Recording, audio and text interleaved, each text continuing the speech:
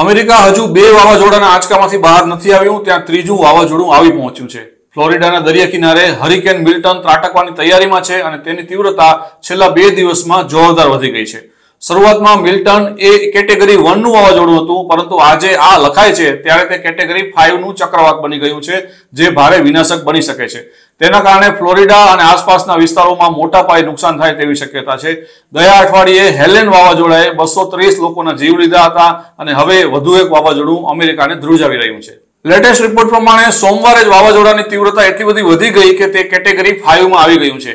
Gulf of મેક્સિકોમાં તેના પવનની ઝડપ લગભગ 165 માઇલ પ્રતિ કલાક સુધી પહોંચી ગઈ છે અને બુધવારે તે ફ્લોરિડાના વેસ્ટર્ન કોસ્ટ ઉપર ટકરાવવાનું છે. નેશનલ હરિકેન સેન્ટરે એડવાઇઝરી આપી છે કે મિલ્ટન વાવાઝોડું ફ્લોરિડા માટે ભયંકર સંકટ પેદા કરી શકે છે અને તે બહુ મોટું જોખમ બની ગયું છે. અગાઉ જે ચેતવણી આપી હતી ત્યાર પછી તેની તીવ્રતામાં મોટો વધારો થયો છે.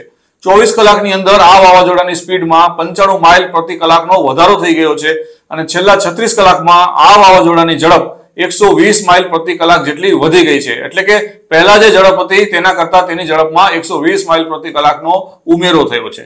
સોમવારે સવારે મિલ્ટન વાવાઝોડું કેટેગરી 2 માં હતું અને સાંજ સુધીમાં તે કેટેગરી 5 નો ચક્રવાત બની ગયો છે. ફ્લોરિડામાં હજુ હેલેન વાવાઝોડાનો કાટમાળ બધી જગ્યાએ ફેલાયો છે, નુકસાન થયેલું છે, તેનો પણ નિકાલ નથી થયો. ઘણી જગ્યાએ રસ્તા તૂટી ગયા છે, વીજ સપ્લાય માંડ પૂર્વવત થયો છે, કેટલીક જગ્યાએ મોબાઈલ સર્વિસને પણ અસર થઈ છે, ઇન્ટરનેટ નથી આવતું અને ફ્યુઅલની અછત પણ સર્જાઈ હતી.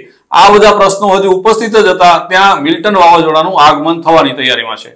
હરિકેન સેન્ટરે ફ્લોરિડાના કેટલાક ભાગોમાં સાવધાન રહેવા માટે એડવાઇઝરી જારી કરી છે, કારણ કે ત્યાં અત્યંત ઝડપથી પવન ફૂંકાઈ શકે અને જોરદાર પૂરના પાણી પણ આવી શકે છે. સેન્ટરે કહ્યું કે મિલ્ટન હવે અત્યંત ડેન્જરસ હરિકેન બની ગયું છે. આ એક જીવલેણ સ્થિતિ પેદા કરી શકે છે. તેથી જે વિસ્તારોમાં જોખમ હોય ત્યાંના લોકોને તાત્કાલિક જગ્યા ખાલી કરીને સલામત સ્થળે જવાની સલાહ આપવામાં આવી છે. લોકલ ઓથોરિટી તમને જ્યાં જવાનું કહે ત્યાં તમે મકાન ખાલી કરીને જતા રહો તેવી સલાહ અપાઈ છે. મિલ્ટન વાવાઝોડું આવતીકાલે બુધવારે પહોંચશે ત્યારે અત્યાર કરતા થોડુંક નબળું પડ્યું હોય તેવી શક્યતા છે, છતાં પણ તે લોકો માટે તો જોખમી બની જ શકે છે. યુએસના જે ભાગમાં મિલ્ટન વાવાઝોડું આવવાનું છે ત્યાં થોડા દિવસો અગાઉ હરિકેન હેલન પણ આવ્યું હતું અને તેનાથી પણ થોડા દિવસો અગાઉ જોરદાર વરસાદ પડી ગયો હતો.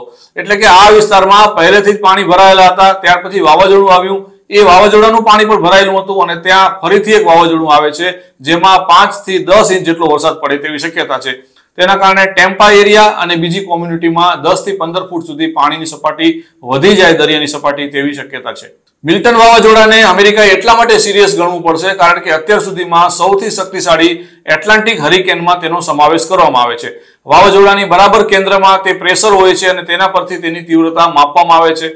પવનની ઝડપ કદાચ ઓછી હોય તો પણ આ વાવાઝોડાને ગંભીરતાથી લેવું પડશે અને તેના માટે બધી તૈયારી અમેરિકાએ કરવી પડશે. એક્યુવેધર કહે છે કે આ વાવાઝોડું સૌથી પહેલા ટેમ્પા રીજન ઉપર ત્રાટકશે. બુધવારે સવારના 8 વાગ્યાથી જ વાવાઝોડું આવી જશે અને ગુરુવારે વહેલી સવારે 2 વાગ્યા સુધી, એટલે કે રાતના 2 વાગ્યા સુધી તેની અસર રહેશે. તે વખતે 140 માઇલ પ્રતિ કલાકની ઝડપે પવન ફૂંકાશે અને દરિયામાં પાણીની સપાટી 15 ફૂટ જેટલી વધી જશે.